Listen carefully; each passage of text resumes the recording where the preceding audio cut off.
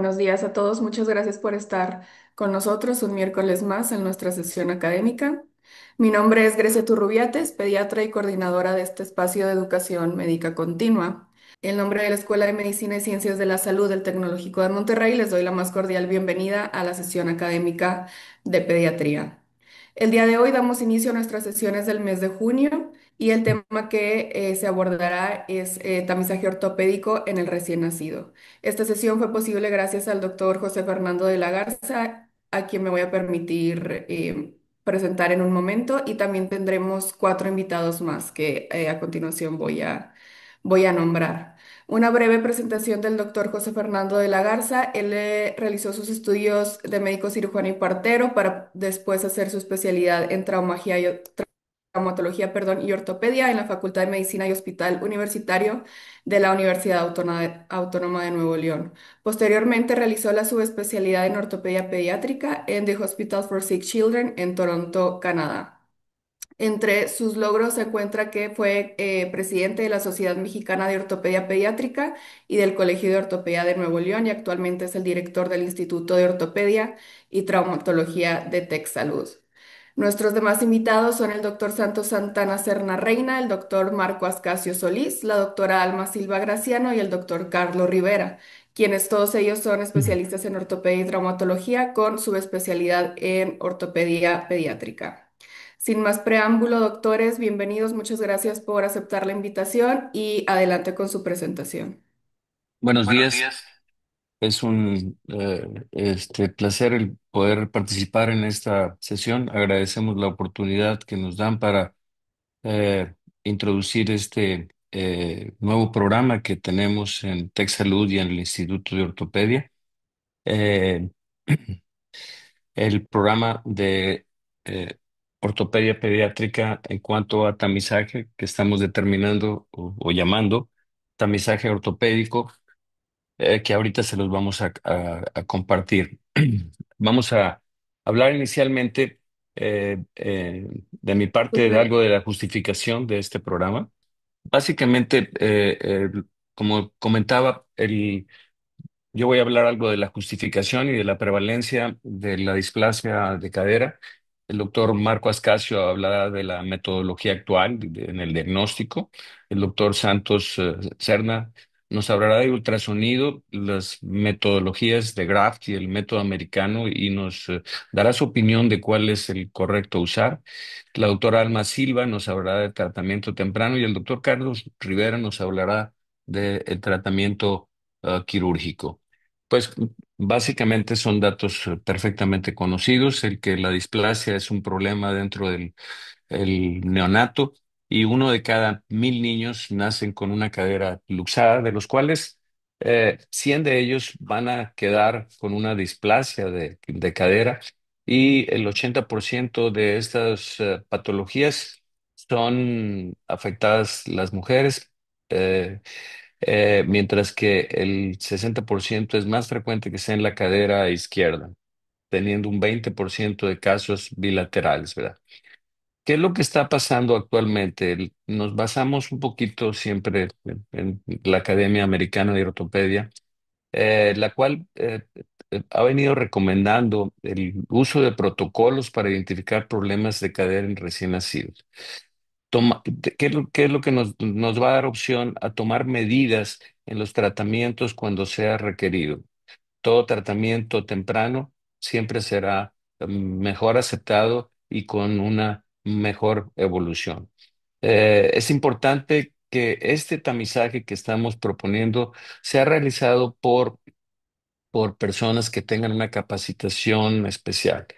Eh, el tamizaje, cuando se realiza a través de ultrasonido, que es una de las opciones de este tamizaje, debe ser realizado por gente que está capacitada, que tenga cursos específicamente en eso. El hacer un ultrasonido en general en todo el cuerpo es muy distinto a hacer un ultrasonido en cadera. Las interpretaciones y las variantes que pueden existir, nos pueden dar lugar a que o no se haga un diagnóstico adecuado o se haga un sobretratamiento. Eso es lo que estamos tratando de lograr, o sea, las dos cosas. tener todos los diagnósticos y no realizar sobretratamientos.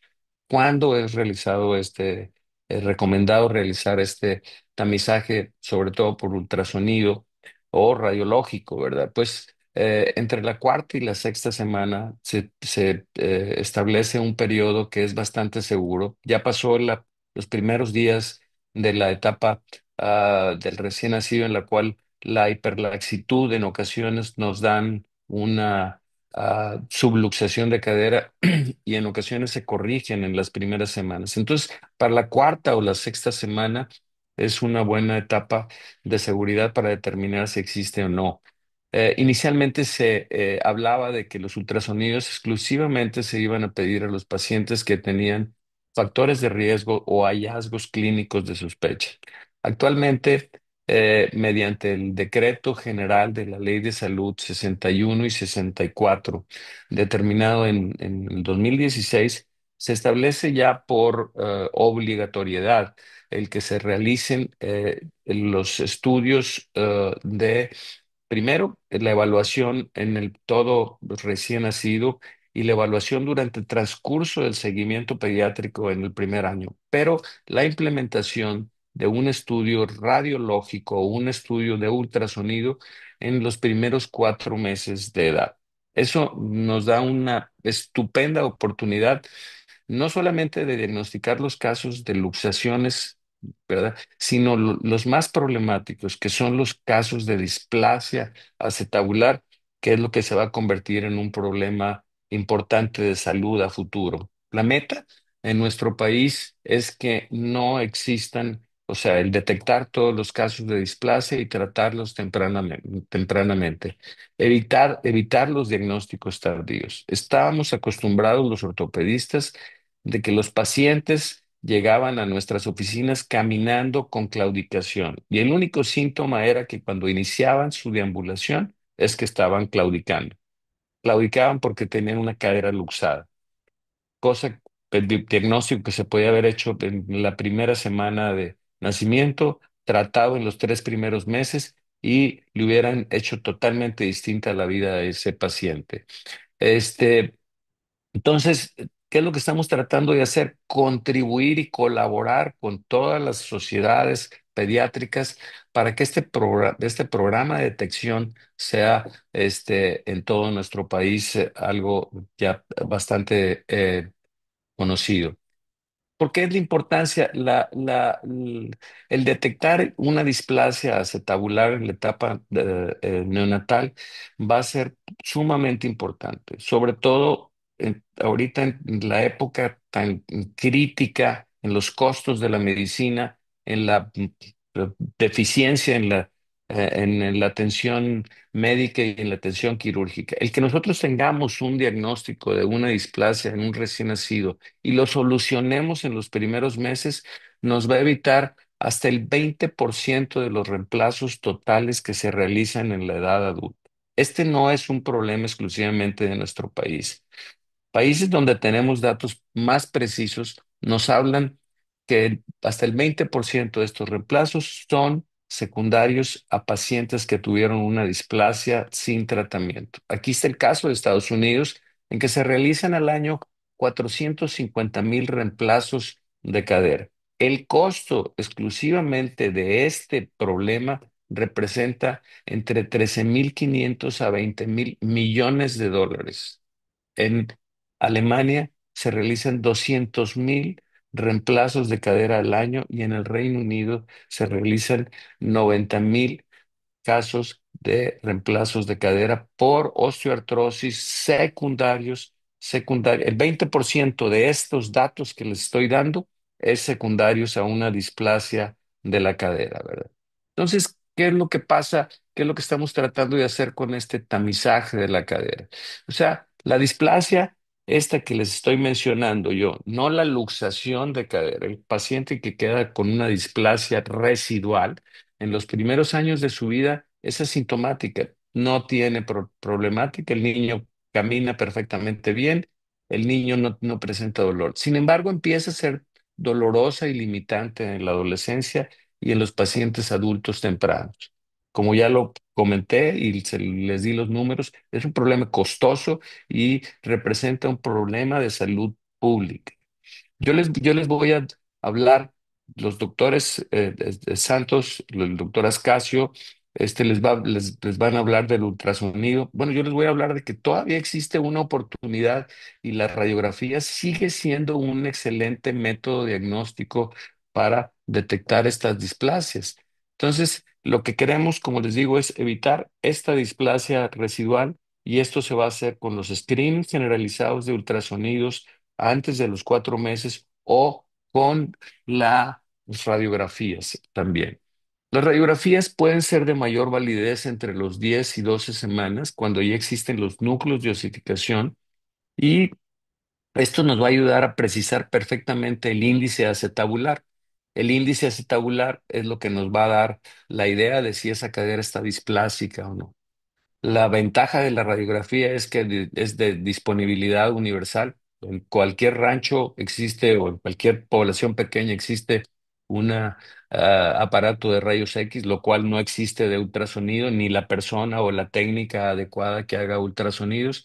Es de fácil interpretación y es un estudio de bajo costo.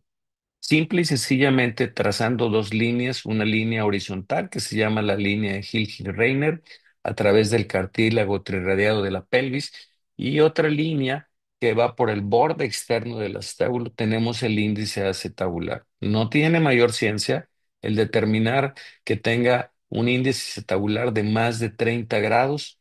Nos dirá que ese paciente tiene una displasia y debe de ser tratado. Entonces, los rayos X siguen siendo aún válidos, definitivamente. No tenemos que tener todos los pacientes con ultrasonido, los rayos X lo pueden hacer. Obviamente, el ultrasonido tiene una gran cantidad de ventajas que pueden evaluar que las radiografías no, además de la situación de las radiaciones.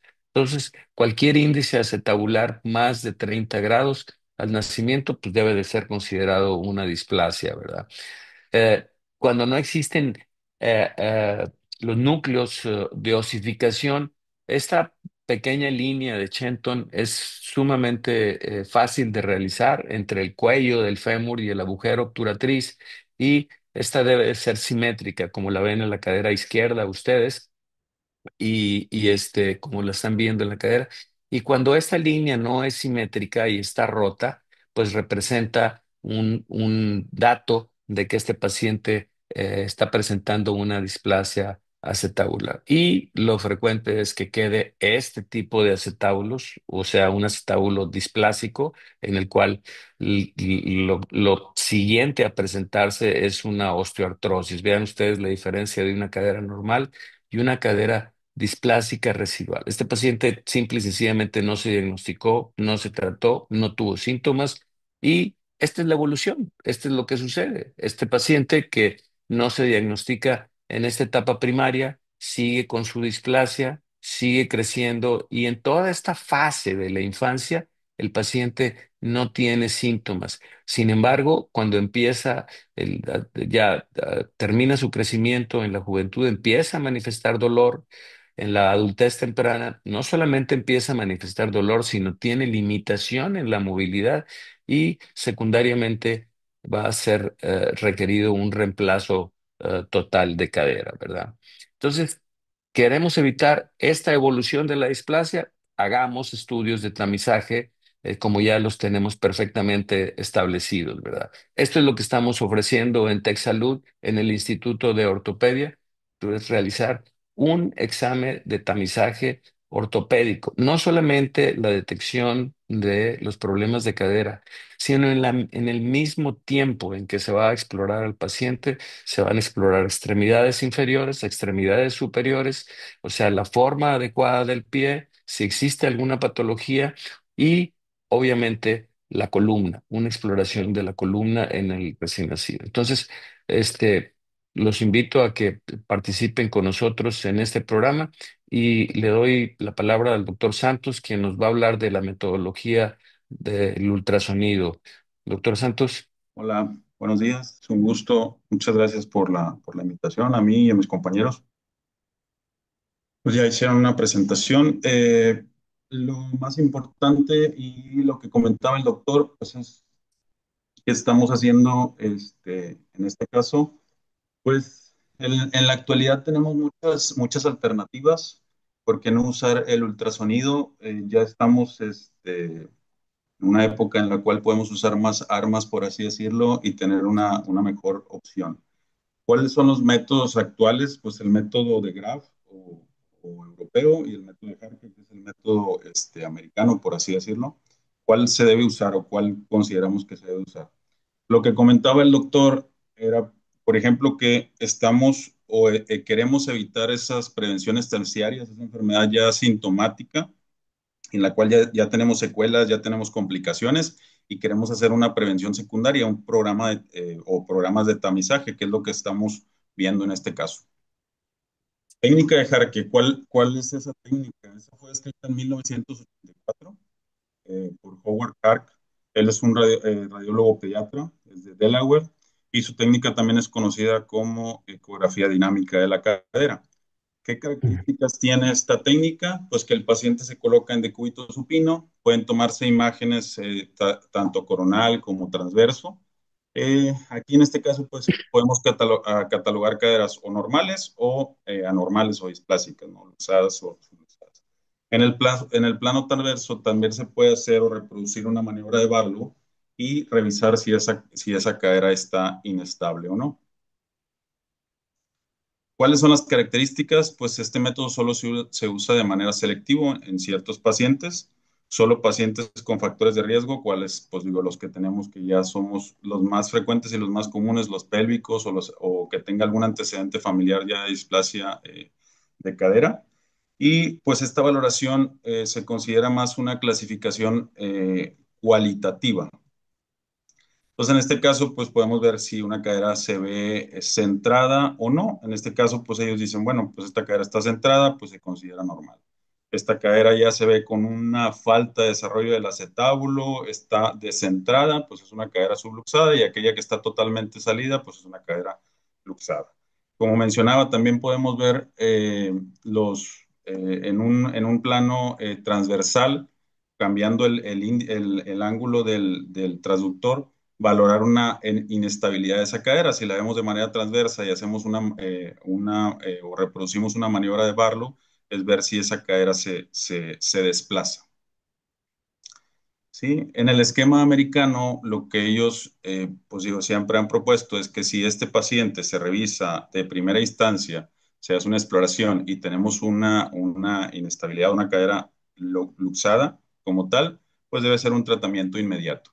Si es un paciente que tiene una inestabilidad, o sea, que es luxable, pero se reduce, pues se puede repetir este examen y se puede ver si esa cadera en 2 semanas sigue inestable, pues se puede iniciar el tratamiento. Si ya se siente que esa cadera se estabilizó, pues el estudio que sigue es una valoración por ultrasonido alrededor de las 6 semanas, ¿sí? Y dependiendo del resultado, pues es el tratamiento o el seguimiento.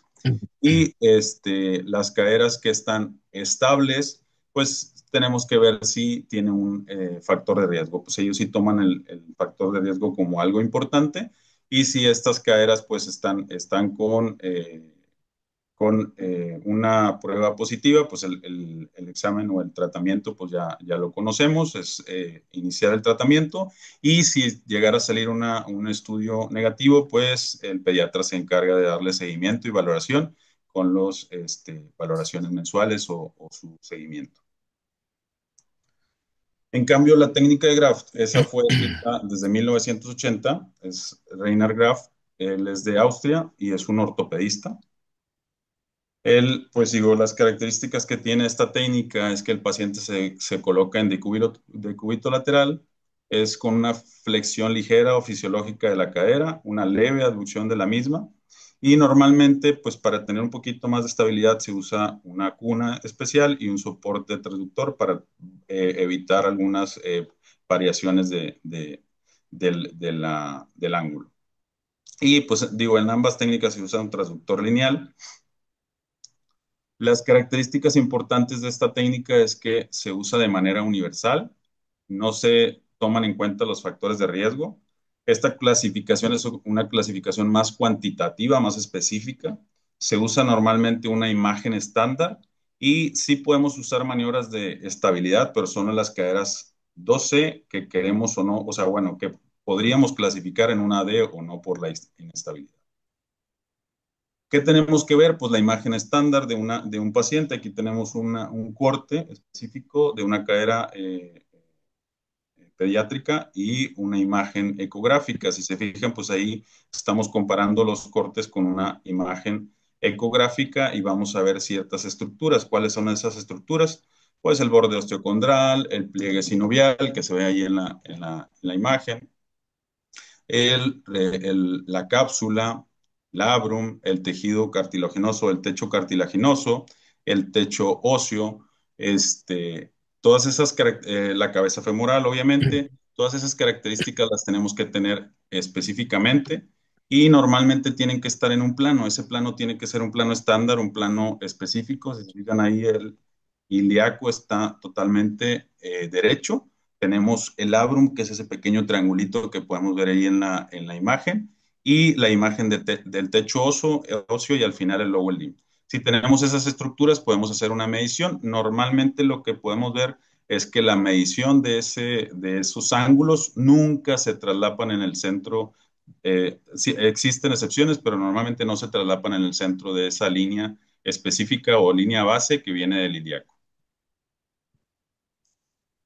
Normalmente podemos ver o podemos detectar caderas clínicamente cuando son caderas luxadas. Eso es muy fácil, pero las caderas que queremos detectar principalmente en estas exploraciones por medio de ultrasonido son esas caderas silenciosas, esas caderas que normalmente no vamos a sentir ningún dato en la exploración física, que son normalmente las dos, ¿verdad? La clasificación que tiene Graft es una clasificación específica. Tenemos el tipo 1, que es el normal, el tipo 4, que son esas caderas luxadas, tipo 3 y 4, que son luxadas, que ya habíamos dicho. Las orillas de la clasificación o de este problema, pues de esta clasificación no son el problema, sino las intermedias, esas caderas que a veces son silenciosas y no podemos diagnosticarlas, y esas están entre 43 y 60 grados. Normalmente, pues podemos tener una clasificación que parece muy difícil, pero en realidad, pues la 3 y la 4 son luxadas, la uno es una cadera normal y la 2 se van a diferenciar entre 2A y 2B,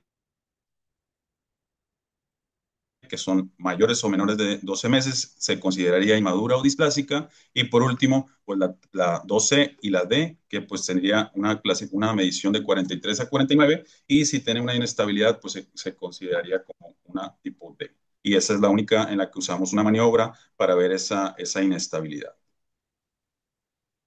Entonces, ¿qué es lo importante aquí? Que ya sabemos que los factores de riesgo en un paciente que se detecta tardíamente o mayor de 12 meses está presente solamente en el 12% de estos pacientes, ¿sí? Entonces, pues es menos del 80% de esos pacientes, no, más del 80% de esos pacientes no van a tener un factor de riesgo. ¿Qué hemos tenido? Pues hemos tenido varios pacientes que tenemos que, digo, antes del reemplazo también los podemos ver en la edad de ambulación. Vemos a esos pacientes, como decía el doctor, que llegan claudicando, llegan con un Trendelenburg positivo, y todos esos pacientes que nosotros vemos, la mayoría de ellos no tienen factores de riesgo. Como había mencionado el doctor, pues en el Colegio Mexicano de Ortopedia y Traumatología y en el Diario Oficial de la Nación, se decretó que todo paciente pues debe tener una exploración física, pero también muy importante que debe tener un estudio de imagen entre el primer y el cuarto mes. Este puede ser ultrasonido o, como decía el doctor, en su efecto, pues una radiografía que nunca está de más. ¿Qué dicen nuestros amigos los de Latinoamérica? Pues es que el estudio debe ser universal, debe ser oportuno, debe ser de calidad y debe ser accesible. Ellos, pues digo, la clasificación es muy básica. Tenemos el recién nacido, pues obviamente vamos a hacer exploración, vamos a hacer valoración. Si esos pacientes tienen una exploración anormal, pues obviamente se refiere directamente al ortopedista para la revisión. Si no lo tiene, pues entonces tenemos que hacer un ultrasonido a las 6 semanas o en su defecto una radiografía alrededor de los 3 o 4 meses, que no sería totalmente lo ideal. Entre más, o sea, como decía el doctor, entre más temprano detectemos un paciente con una displasia, es mucho mejor la evolución de ese paciente. Si lo tenemos alterado, igual, pues vamos a seguir con el ortopedista y si es normal, pues sigue con el pediatra en su valoración mensual. La pregunta, ¿cuál es la técnica preferible? Pues Graph. Graph detecta de manera universal, actualmente pues sabemos que el factor de riesgo está presente en menos del 80% de los pacientes que nos llegan tardíamente. Se usa una imagen estándar específica, se toma en cuenta la estructura anatómica de esta cadera y un plano estándar que debe estar específico para poder hacer mediciones. Es cuantitativo, tiene una clasificación detallada y pues en este caso lo más importante es que no se pasan esas caderas silenciosas, las dos A, B e inclusive la C. Esa clasificación pues no la detecta Jarque, ¿sale? Entonces pues, lo más importante en este caso sería pues preferir esta técnica. Por mi parte sería todo. Muchas gracias. Doctor Ascasio. Hola, muy buenos Doctor. días, Ay, a todos. Vamos a estar actualmente aquí en el instituto realizando ya las valoraciones, a los niños y nuestros servicios de ortopedia pediátrica. Es frecuente que nosotros todavía sigamos recibiendo niños con este tipo de marchas a los 4 o 5 años, donde son displasias que en algún momento no se hizo el diagnóstico correcto. Y esto es lo que tratamos de evitar, ¿verdad? Que sigan llegando niños con este tipo de patologías. Como mencionaron anteriormente, pues a partir del 2016 la Ley General de Salud ya hizo hincapié en que todos los niños deben de ser valorados. Aquí lo importante es que ya aparece en la cartilla de vacunación como obligatorio hacer el tamiz de cadera. Y sí tenemos que tener o hacer la diferencia que lo ideal sería el eco de cadera en los lugares donde tienen este acceso. No, desgraciadamente en el país pues no tenemos todo el sistema de salud de esta posibilidad. ¿Por qué? Porque a lo mejor radiológicamente, si lo tomamos a los 3, 4 o 5 meses la radiografía, pues el tratamiento a lo mejor ya con el arnés no va a ser el suficiente para poder corregir la luxación o la displasia. Entonces, entre más pequeño sea el niño, el tratamiento va a ser menos agresivo, como lo vamos a ver más adelante. Como ya lo mencionó el doctor Santos, esta es la imagen que ustedes van a revisar o se va a ver en las ecografías. En el reporte que nosotros vamos a entregar al paciente, siempre vamos a agregar al menos 2 imágenes de cada cadera y tenemos que visualizar todos estos parámetros, que es el reborde osteocondral, el trocánter, el repliegue sinovial, la cápsula, el labrum, el techo cartilaginoso, el ilíaco, el techo óseo, el, el turning point y el lower limb. Todas estas imágenes es como una regla, ¿verdad? Que tenemos que observarlas para poder hacer una buena medición y ver que esta es una buena imagen. Ya con esta imagen podemos medir nuestros ángulos, donde nuestra primer línea va a ser paralela al borde lateral del ilíaco, y esta es nuestra base, y aquí vamos a medir es cuál es la superficie que está dentro de cobertura del techo óseo, y vamos a poner el porcentaje que esta cabeza presenta. Lo ideal es que sea arriba de 60. Este, el, y ya posteriormente marcamos nuestro ángulo alfa, que es a partir del turning point, que es el borde interior del techo óseo hacia hasta la parte del ilíaco, y ahí nos va a dar nuestro ángulo alfa. Nuestro ángulo beta es a partir del turning point, que es un punto de quiebre del techo óseo. Generalmente siempre se va a ver como un pequeño espacio y lo vamos a mandar hasta el labrum. Ya con estos ángulos, podemos hacer nuestra clasificación y a partir de esto, si este paciente requiere un tratamiento con algún tipo de arnés o solamente observación. Como los tipo 2 y las tipo 3 que son las que pueden estar ahí en controversia. Entonces, este cuadro es bastante importante porque es donde nos basamos en el manejo que vamos a dar de acuerdo a los ángulos que se presenten. Y como todo en la tecnología, actualmente ya hay aplicaciones donde nos puede dar el uso del ultrasonido, dependiendo de los grados, nos puede decir la clasificación en la que está el eco y cuál puede ser su manejo. Esta es una aplicación que está descargable tanto para Apple y Android. Y este es como inicia el uso del ultrasonido. Vamos a llenar los datos, la fecha del nacimiento, la fecha del que se está realizando la examinación y los ángulos que encontramos en el estudio. Entonces vamos a hacer el ejercicio. Si vemos, esto es como aparece en la aplicación, cualquier celular, tableta, puede aparecer. Es, este niño nació el 1 de abril, vamos a hacer el ejercicio, la fecha de examinación, 28 de mayo, y ya con los ángulos que hicimos con el eco, le vamos a poner 62,75 y el resultado nos va a decir.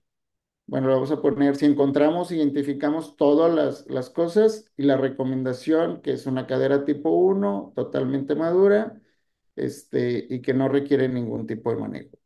Entonces, de esta forma, ustedes también pueden, con los reportes que encontremos, checar más o menos el manejo o la recomendación de la aplicación. Esta aplicación se usa en Europa, para estar revisando los ecos, ¿verdad? Los resultados. Entonces, por ejemplo, aquí le ponemos 70, ya nos dice que es una 2A, es un niño menor de 3 meses, donde solamente el resultado es observación. ¿Ok? Es algo muy sencillo que podemos usar en cualquier celular.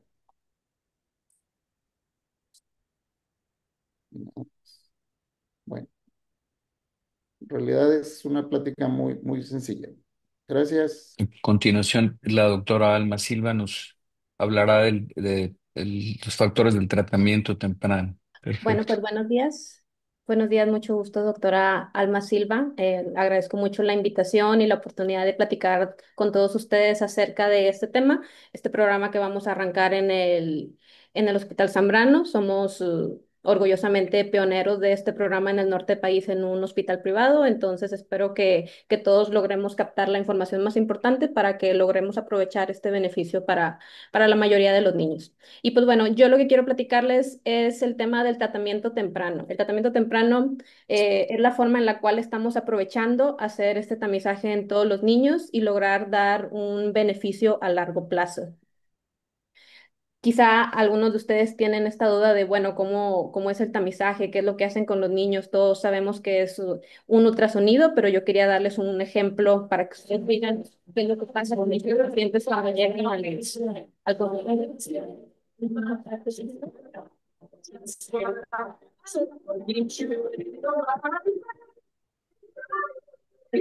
Totalmente indoloro, inocuo, que cualquier consumidor de embarazo. Y pues siempre que los niños vengan bien comiditos, vayan cuidados, se hace relativamente fácil.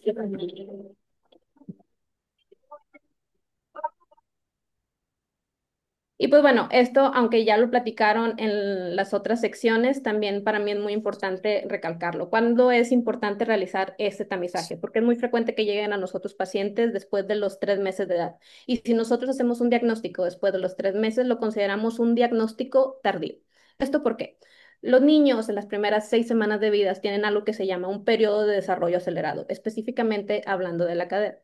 Eso significa que si el bebé viene con problemas de tipo inmadurez o temas de falta de formación de la parte cartilaginosa o ósea, la cadera todavía tiene, digamos que más respuesta. Si nosotros lográramos detectar algún problema de displasia en este periodo, es cuando nosotros sabemos que el pronóstico va a ser mucho mejor. Al contrario de si pescamos al niño con algún problema de displasia o de luxación, más allá de los 3 meses, nosotros ya sabemos que hay una alta posibilidad de que el pronóstico no sea tan favorable. Y pues bueno, también hay como esta controversia de qué pasa cuando los niños llegan de manera muy temprana a nosotros, por decir, antes de las 4 semanas de vida. Antes se veía que con todos los métodos que no eran GRAF había una alta tendencia de falsos positivos, pero ya se ha visto, y más como lo platicaba el doctor Santos, el método de GRAF tiene una alta reproductibilidad, tiene mayor sensibilidad y especificidad. Entonces, siempre que nosotros mandemos a hacer el tamizaje de cadera con alguien que está certificado en método de GRAF, sabemos que disminuimos bastante esta tasa de falsos positivos y también pues tenemos la ventaja de aprovechar este periodo de desarrollo acelerado. Y pues bueno, metiéndonos ya un poquito más en el tema de cómo tratamos la displasia, tenemos dos factores principales en los cuales nosotros nos basamos para saber cómo vamos a tratar a un paciente con displasia. El primero es la edad, el segundo es la severidad. En cuanto a la edad, a ustedes seguramente les van a estar llegando reportes con una gráfica de este tipo, también como la mencionó ahorita el doctor Ascasio, en la cual nosotros vamos a marcar el tipo de cadera según nuestro método de graf. Ustedes siempre tienen que buscar que en su gráfica o en su reporte las caderas marquen como una cadera tipo 1. Una cadera tipo 1 es una cadera que es madura para la edad. Antes de las 12 semanas habrán algunas caderas que no me caigan de esta clasificación, en específico las caderas tipo 2A, que me reflejan inmadurez. Esto no necesariamente significa que hay un problema de displasia. Son pacientes a los que seguramente tendremos que darles una segunda valoración, pero también por medición nosotros tenemos nuestros límites. Si un paciente llega a nosotros con un ángulo alfa menor a 50, aunque tenga menos de 12 semanas, no lo consideramos inmadurez. Con ellos sí nos tenemos que portar un poco más agresivos y con ellos empezamos tratamiento de inmediato con arnés de Pavlov. En general, todos los niños menores de 6 meses, el tratamiento correcto es con arnés. ¿Cuánto va a tardar en mejorar? Pues también esto depende del grado de displasia, pero en promedio tardan 2 a 3 meses. Es por eso que nosotros siempre recomendamos que el tamizaje se haga lo más antes posible para que nos dé oportunidad a que la cadera alcance a responder al tratamiento con arnés. Y pues más allá de los 6 meses, casi siempre el tratamiento es totalmente quirúrgico. Pero bueno, de esto ahorita platicará el doctor Carlos Rivera. En cuanto a severidad, quizá esto es como un resumen muy básico de lo que ustedes deben de buscar en sus reportes.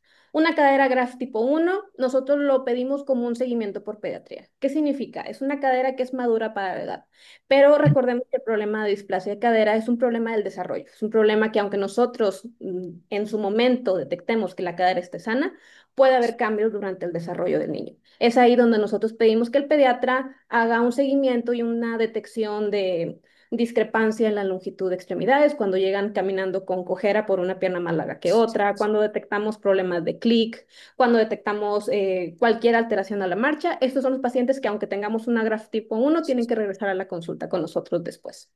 Las caderas GRAF tipo 2A y 2A más, como lo mencionamos, son caderas inmaduras que aunque no tienen algún problema porque podemos darles oportunidad de que sigan madurando, nosotros tenemos que revalorarlas y asegurarnos que sí haya esta maduración esperada. Si a ustedes les llega este reporte, siempre les pedimos que le recuerden al paciente que tiene que regresar para una segunda valoración. Y pues el resto, las caderas 2A más, 2A menos, perdón, la 2B, 2C, la 3, la 4 y la D, todas se tratan con arnés de fábrica. Ok, ¿y cómo usamos el arnés de Pavlik? ¿Cómo es el arnés de Pavlik? Esta imagen que tenemos a la derecha es un arnés de una marca que es la marca tipo Witton, es la que nosotros más recomendamos en los pacientes. También hacemos este comentario porque hay muchas marcas en el mercado, pero aquí nosotros generalmente solo confiamos en esta marca porque es la que sabemos que nos mantiene mucho mejor la posición. Si a ustedes les llega cualquier otro tipo de arnés de otro color, con otro estampado, con otro diseño, sí les pedimos que se comuniquen con nosotros para asesorarlos y estar seguros que estamos dando el tratamiento correcto. Este arnés a veces es un poquito difícil de conseguir, por eso es que los papás se desesperan y buscan otras marcas, pero por eso es la comunicación constante para asesorarlos de cuál es la marca correcta. Y pues bueno, ¿cuánto tiempo se va a utilizar? Dependiendo de la etapa en la que estemos de tratamiento. Generalmente nos vamos por un tratamiento 24 horas por día. Cuando vemos que una cadera que estaba luxada, si logramos reducirla y mantenerla en su lugar, empezamos a dar un poco de oportunidad a que los papás retiren el arnés. Generalmente no permitimos más de una hora y esta hora es la que ellos pueden utilizar para el baño diario, para hacer ejercicios de estimulación y posterior a esto volver a colocarlo. Este tipo de arnés tardan en secarse, entonces siempre tratamos de decirles que aunque se vea sucio, traten de no lavarlo hasta que esté de plano en muy malas condiciones, porque si nosotros lo retiramos, estaría muchas horas sin el arnés. Entonces siempre hacer el hincapié de tratar de cuidarlo lo más posible para que no se ensucie, porque si tuviéramos que limpiarlo, se tardaría. Y bueno, como ya lo habíamos comentado, en promedio es un uso de 3 meses. ¿Cómo vamos a decidir en qué momento se retira o cuánto tiempo se va a utilizar? Cada paciente es diferente, pero el que manda es el ultrasonido. Nosotros hacemos seguimientos cada 2 semanas o cada mes, dependiendo del caso. Y en base a esto, cuando nosotros tengamos una cadera madura para la edad, es cuando suspendemos el tratamiento. Pero en promedio son 3 meses de uso. Ok, y esto solamente para aclarar porque pues todavía hay personas que lo indican, el doble pañal no tiene ningún uso en el tratamiento de la displasia de cadera. El doble pañal, aunque se parecería o no da la imagen de que nosotros logramos una postura de abducción y flexión de las caderas, no nos da una posición suficiente para estimular un desarrollo en el caso de una cadera con displasia. Lo único que logramos cuando nosotros colocamos un doble pañal es que retrasamos el tratamiento correcto y perdemos este periodo de desarrollo o de crecimiento acelerado de la cadera. Entonces, en los niños, si hay algún tema de inmadurez o de displasia, el tratamiento siempre va a ser con el ortopedista y nosotros decidiremos qué tipo de arnés es el que le vamos a colocar. También les pongo por ahí una imagen de los arneses que no se recomiendan para que traten de identificarlos y cuando vean uno que no es el correcto, pues tratar de comunicarse con nosotros. Y pues por mi parte sería todo. Gracias, doctora. Vamos a concluir nuestra presentación con algo que pues, queremos no llegar a esa situación, que es el método quirúrgico, ¿verdad? O sea, la edad de oro para el tratamiento de este problema son los primeros meses, es la detección oportuna y si eso no se logra y el paciente nos llega después de los 6 meses, pues es difícil, como decía la doctora, el que tengan acceso al manejo de unos simples tirantes de Pavlik, ¿verdad? Entonces, se complica importantemente el manejo y una gran cantidad de pacientes que se tratan, desgraciadamente, quedan con alguna secuela. Le invito al doctor Carlo Rivera a que nos platique sobre el manejo quirúrgico en estos pacientes. Pues buenos días, chicos. Yo soy Carlos Rivera, soy ortopedista pediatra también. Gracias por la invitación. En esta ocasión, o me toca a mí la parte del tratamiento quirúrgico de la displasia del desarrollo de la cadera. Un comentario que generalmente hago a los pacientes es que cuando ya operas la cadera completa, le gritamos al mundo que pues somos un país en vías de desarrollo, ¿verdad? Entonces, ¿de qué se trata esto? El tratamiento quirúrgico no solamente es la parte trágica de operar la cadera completa y hacer osteotomías. Desde la etapa o desde los 6 meses de edad, como la doctora Alma les comentó, pues el arnés ya no tiene una función tan adecuada, entonces ya podemos pensar en un tratamiento más invasivo, como lo es la reducción cerrada bajo anestesia. Una vez que el arnés ya no fue suficiente, un niño que a lo mejor llega con nosotros a los 5 meses de edad y ya con el uso del arnés un mes no repara su displasia, pues podemos pensar en hacer un tratamiento más invasivo. Lo más básico de esto es la reducción cerrada bajo anestesia. Este es un procedimiento que se hace entre los 6 y los 18 meses de edad eh, para, para saber qué es a lo que vas a enfrentarte. Cuando el paciente está dormido, tú haces un artrograma, que es inyectar contraste a la cadera y ver si hay tejido interpuesto en ella. Si no hay tejido interpuesto en la cadera, lo que sigue por hacer es una miotomía del aductor mediano y el tendón del psoas que dentro de la fisiopatología de la cadera, pues bueno, son estructuras que se interponen. Posterior a ello, posterior a hacer esta tenotomía del psoas y del aductor mediano, sigue la manipulación, que es pues meter la cadera a su lugar y colocar un yeso espica. Obviamente esto se hace bajo control fluoroscópico. Aquí vemos un ejemplo de, haces un abordaje inguinal, por ahí liberas los aductores, que si se dan cuenta en la imagen, un aductor corto nos condiciona a que se salga la cadera y nos permite que la abducción de la cadera no sea la suficiente para que ésta repose sobre el acetábulo. Entonces, pues este es el ejemplo, digamos, el esquema de cómo entramos a esa cadera y una vez que se hace la miotomía del aductor mediano y del psoas, pues procedemos a colocar un yeso en espica. Obviamente normalmente no es yeso, entonces ustedes van a oír a los traumatólogos decir yeso y con eso nos referimos a fibra de vidrio y cualquier otro material que inmovilice, pero siempre nos oirán decir yeso, para que no se asusten, ¿de acuerdo? Y ustedes también nos pueden decir yeso a todo lo que inmovilice. ¿De acuerdo? Pues bueno, esta es, digamos que la parte más noble del tratamiento quirúrgico. El seguimiento se le hace a las 6 semanas, se le toma una nueva radiografía, es decir, con este yeso que les acabo de mostrar va a estar 6 semanas. A las 6 semanas se le toma la radiografía y si la radiografía está con la cadera reducida, pues este mismo yeso se le cambia a esas mismas 6 semanas de edad. Es decir, una vez que nosotros hacemos una reducción cerrada al paciente, presupuestamos que el paciente va a estar 12 semanas con el yeso. Por eso es muy importante tomar esta decisión si el paciente se va a beneficiar de esto, porque si ya perdimos la oportunidad de, como dijo la doctora Alma, de usar el arnés por 3 meses y no funciona, pues ahora va a usar 3 meses de un yeso en un niño más grande, un niño que pues ya tiene otras inquietudes como sentarse, caminar, etcétera. Y una vez que cumplimos las 12 semanas, se toma una radiografía nueva. El parteaguas a las 6 semanas, ¿por qué? Porque a las 6 semanas podemos ver que a pesar de tener el yeso, la cadera no está reducida. Si la cadera no tuvo una buena reducción, entonces ya no avanzas al siguiente yeso. ¿De acuerdo? Una vez que esto no funcionó o que tenemos un paciente más grande, pues entonces optamos por la reducción abierta. La reducción abierta pues se hace hasta antes de los 18 meses.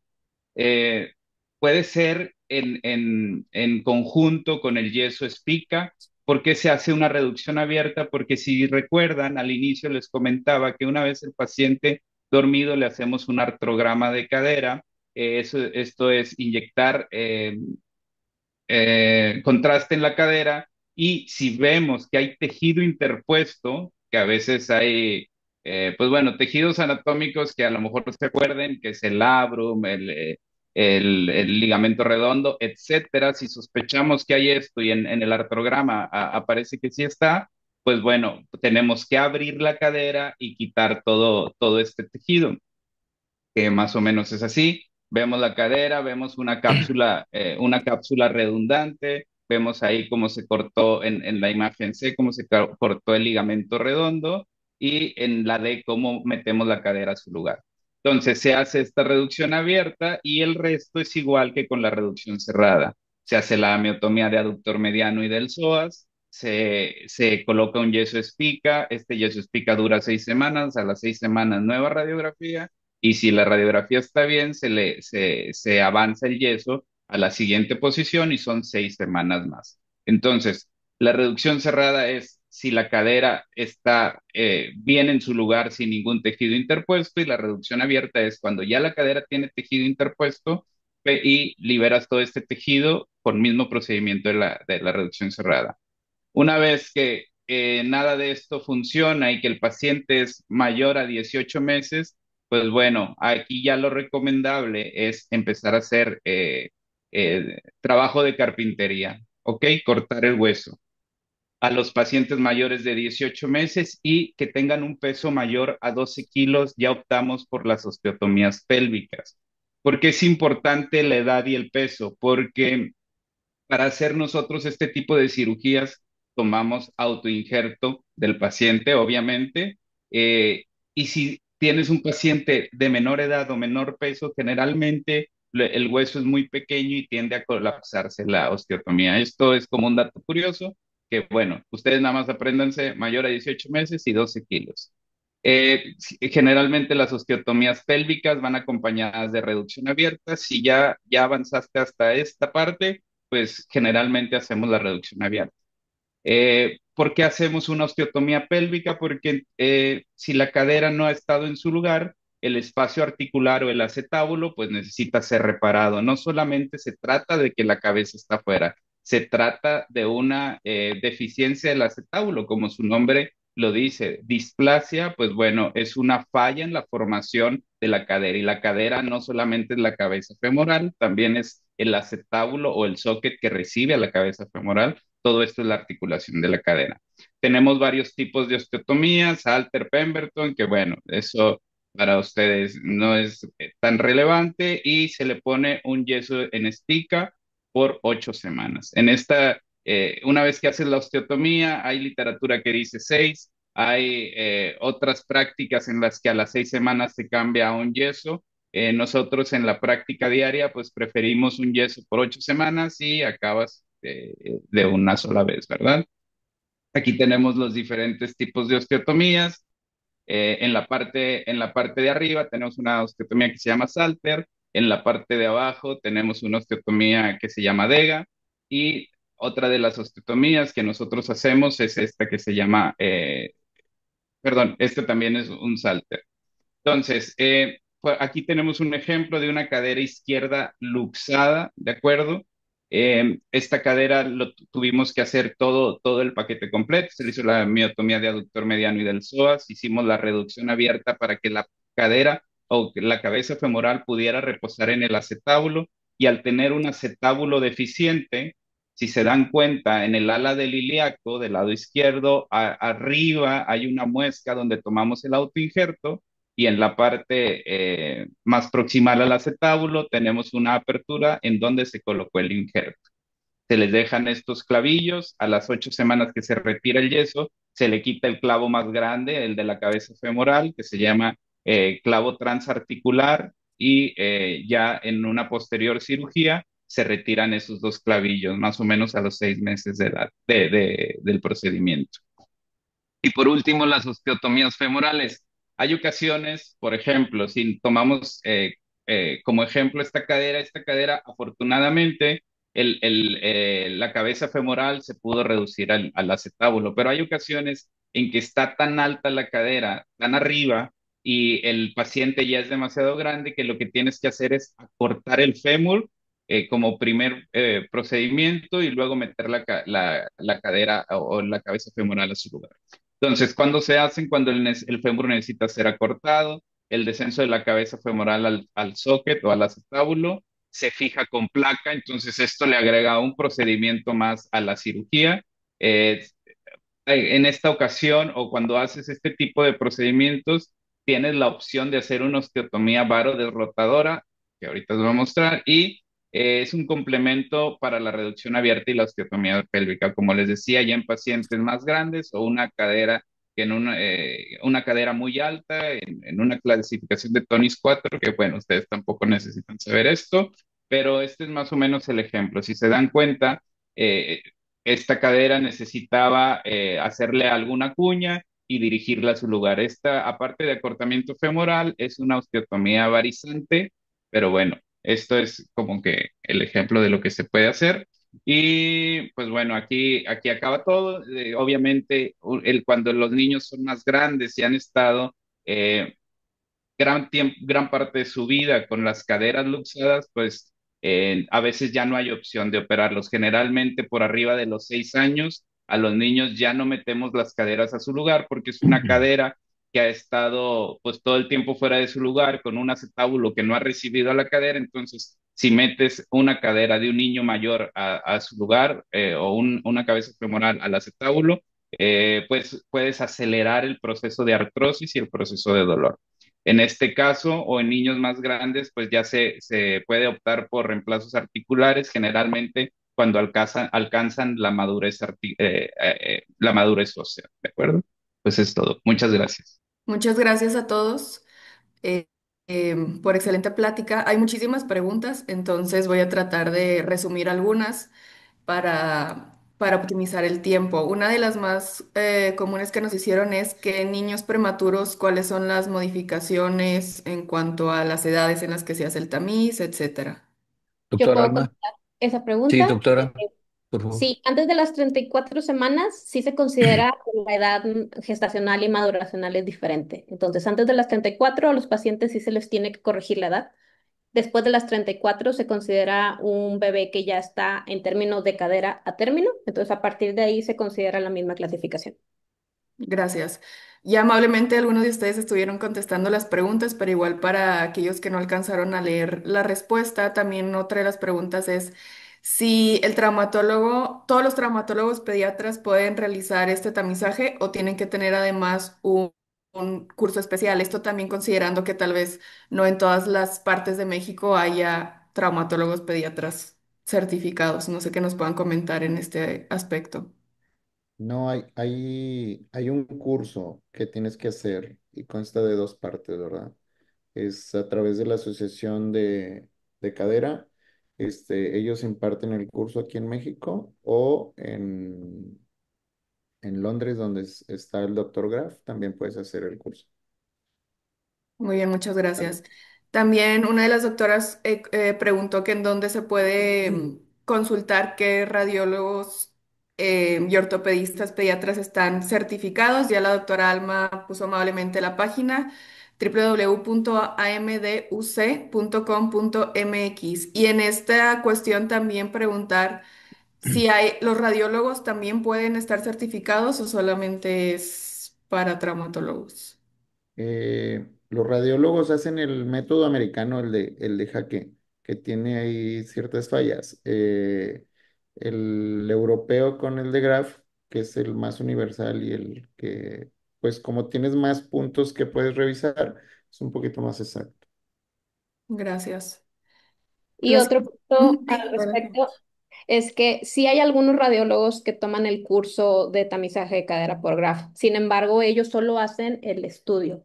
El traumatólogo, nosotros estamos con la preparación y la capacitación para hacer el estudio y dependiendo de los hallazgos, en esa misma consulta iniciar tratamiento. Cuando se envían al radiólogo, ellos como que ya los tienen que mandar con nosotros para el tratamiento. Ok, muchas gracias. La siguiente pregunta que ya contestó el doctor Ascasio, pero igual para que toda la audiencia pueda escuchar la respuesta. En caso de recién nacidos que tienen displasia de cadera y pie equinovaro, ¿si se puede tratar al mismo tiempo o se trata primero una, primero otra? El doctor Marco respondió que la prioridad siempre es la cadera, pero sí en caso se puede tratar al mismo tiempo. La siguiente pregunta es, ¿hasta qué edad se puede realizar el ultrasonido? La doctora Alma ya también contestó que la limitante es la osificación de la cadera en bebés mayores de 4 meses, ya la cadera está más osificada y no permite el paso correcto de las ondas de ultrasonido. ¿Qué nos puede comentar al respecto, doctora? Ya en mayores de 4 meses, entonces sería la radiografía, supongo. Pues bueno, como ya lo mencionaste, lo que nos limita son la osificación y también pues qué tanto potencial tenemos para que nuestra cadera no responda al tratamiento. Entonces, de que se puede, se puede. Hay pacientes en los que me ha tocado que llegan de 5 meses y cachito y como quiera se alcanza a hacer el ultrasonido, pero la imagen ya no es tan nítida, ya no se ve tanto a detalle, no vemos las estructuras por completo como nos gustaría. Y también el tema de que, pues, si encontramos algún tema de displasia, la cadera ya no está totalmente receptiva al tratamiento con arnés. Entonces, si no tenemos ultrasonido, como lo decía el doctor José Fernando, como lo decía el doctor Ascasio, pues bueno, mínimo una radiografía, pero el deber ser es si tenemos los recursos, que se mande lo antes posible a tamizaje por ultrasonido. Gracias. Y última pregunta, digo, han recibido muchas felicitaciones por la plática, muchas gracias a todos. Y la última pregunta es, hay muchos, pues, papás que por una cosa u otra no los llevan, digamos, a tiempo al tamizaje, ya incluso el niño ya caminando. Aunque ya veamos nosotros como pediatras que ya está caminando, como quiera insistimos en que lo lleven o ya sí, porque como lo que nos comentaban ahorita, como quiera llegan niños de 3 4 años ya con una patología de la marcha. Si nosotros como pediatras consideramos que no hay alguna normalidad en la marcha, como quiera insistimos en que vaya al chequeo, Eh, ¿o qué opinan al pues respecto? Pues mira, yo creo que esto es justamente de lo que se hablaba.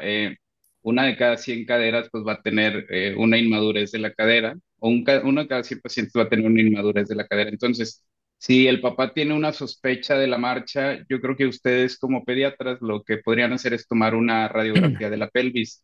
Si se reporta alguna anomalía, entonces ya lo veríamos nosotros, pero siempre, siempre, siempre tomar una radiografía de la pelvis porque la mayoría de las patologías en la marcha y en la maduración de los niños menores a 6 años, pues va a venir de la pelvis. Entonces, incluso cuando llegan por un dolor en la rodilla o algo así, puede haber, digo, hay otro tipo de diagnósticos, pero puede haber algo en la cadera.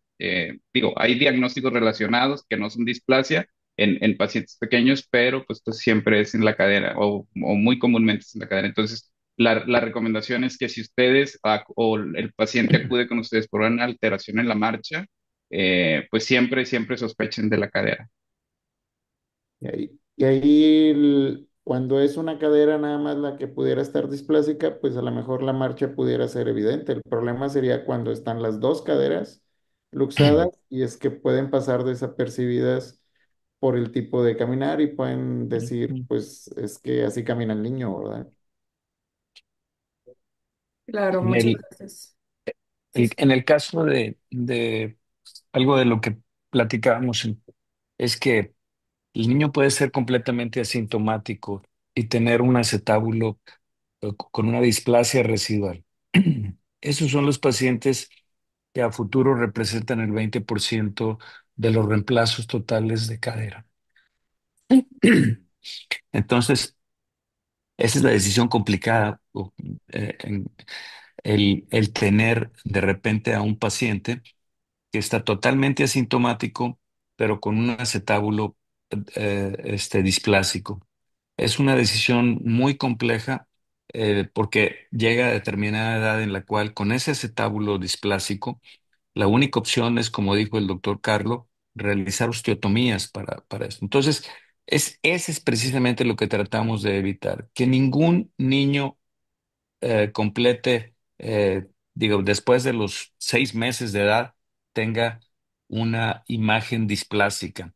¿Cómo se puede lograr eso? Pues se puede lograr tratándolo tempranamente, ¿verdad? Tratándolo tempranamente con, con estudios de detección, con valoraciones de gente especialista.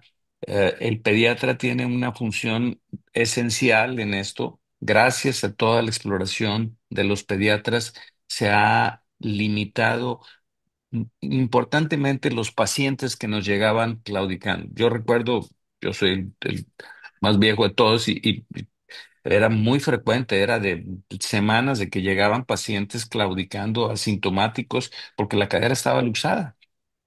Entonces, el pediatra es el actor principal de esto en la exploración neonatal. O sea, y nosotros nos hemos convertido simple y sencillamente en personal alterno que vamos a certificar que esta cadera madure adecuadamente y no presente problemas residuales que a futuro les vayan a dar problemas. Muchas gracias, doctor. No sé si quiera, ya por último, como mensaje final en la sesión, les digo muchas felicitaciones en el chat para todos ustedes. Y nada más para comentar de nuevo acerca del tamiz aquí en el hospital, solo como mensaje final. Doctor, no sé Pues si quiere comentar. no, muchas gracias por la invitación. De verdad es que aprovechamos mucho este foro, y aprovechamos también para decirles que, pues a partir de ya está un grupo concreto de ortopedistas pediatras, en el Hospital Zambrano, compuesto por el doctor Ascasio, por la doctora Alma Silva por el doctor Carlos Rivera, por el doctor Santos Serna y por un servidor que estamos a su disposición, ¿verdad? Como alguien preguntaba del quiénes tienen opción para hacer los ultrasonidos, se tiene que tener un curso de capacitación especial. Ese curso lo tienen tanto el doctor Ascasio como la doctora Silva, como el doctor Carlo y como el doctor Santos, ¿verdad? Entonces, pueden acudir ahí hay un teléfono en el cual les puede dar más información de horarios y todo esto, ¿verdad? Obviamente que hay un trato especial para todos los pacientes que vengan referidos del sistema TechSalud. Este, Me refiero al costo del estudio. Eh, y de nuevo, pues no, solamente agradecerles la oportunidad de presentarnos ante ustedes y pues muchas gracias, doctora. Gracias a ustedes. Nos vemos la próxima semana con el siguiente tema que será seguimiento del recién nacido de alto riesgo. Muchas gracias a todos por asistir. Gracias, doctores, nuevamente por su ponencia. Que tengan buen día. Buen día. Gracias. Gracias, Gracias. buen día.